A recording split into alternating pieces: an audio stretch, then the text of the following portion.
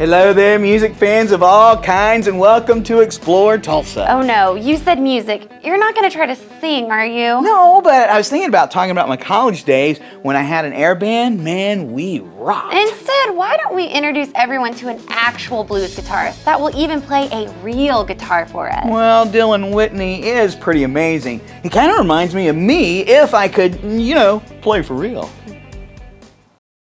Like everybody says, the roots of music is blues and gospel. And so that's where everything came up, and it soon evolved into what we know today.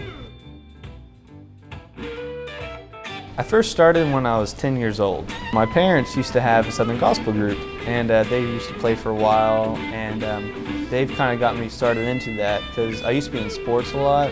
But then I think I saw somebody playing on TV, it's like, hey, I want to do that. And someone told my dad, he's like, okay, then let's go ahead and start. I played out at the Riverwalk was my first gig, and I was 11 years old. And so that's where I played at. It was lots of fun.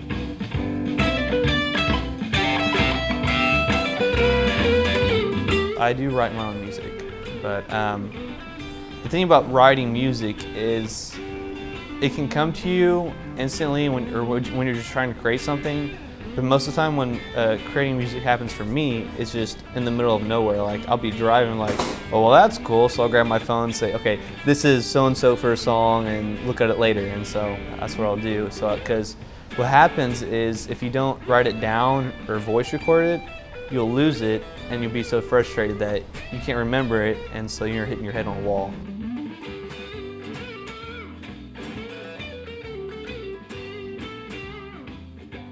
I've always told you always want to get into this persona.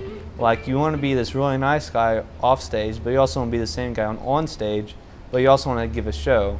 So once everything goes right, you're in that mentality like, okay, great, it's time to give a show, and let's have a good time.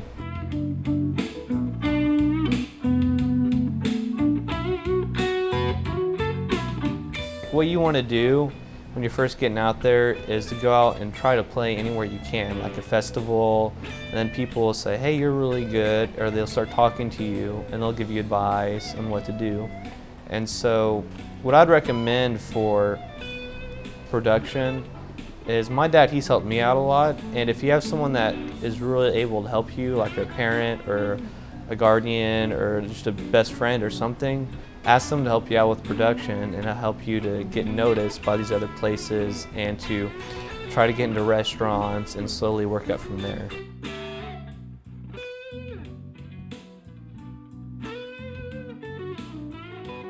One of the first people, there's actually several people, one of the guys, he's not from here, his name is Joe Louis Walker, and I played with him down at the Bixby Barbecue Blues Festival several years ago. And then last year I got to play with Steve Pryor up on there for the first time. And so then once we saw each other, he would always play with me, and so kind of fun ordeal. I think the farthest I've ever been was Nashville, Tennessee, and we played at country singer Loretta Lynn. We played down at her ranch like I think 4 years ago. I don't think my math's right on that, but we played down there, and then we also played at B.B. King's on Beale Street in Memphis. And that was a very fun gig. We played there this past January and then last year.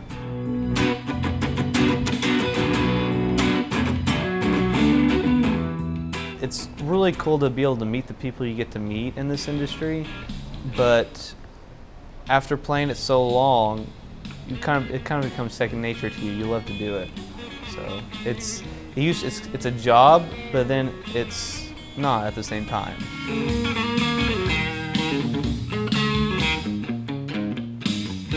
It's a question for everyone, I should say, because music is around everyone, but certain people it comes naturally to. And music is more not a hobby or a job, but more a part of yourself. Is that it's inside of you and it's a talent.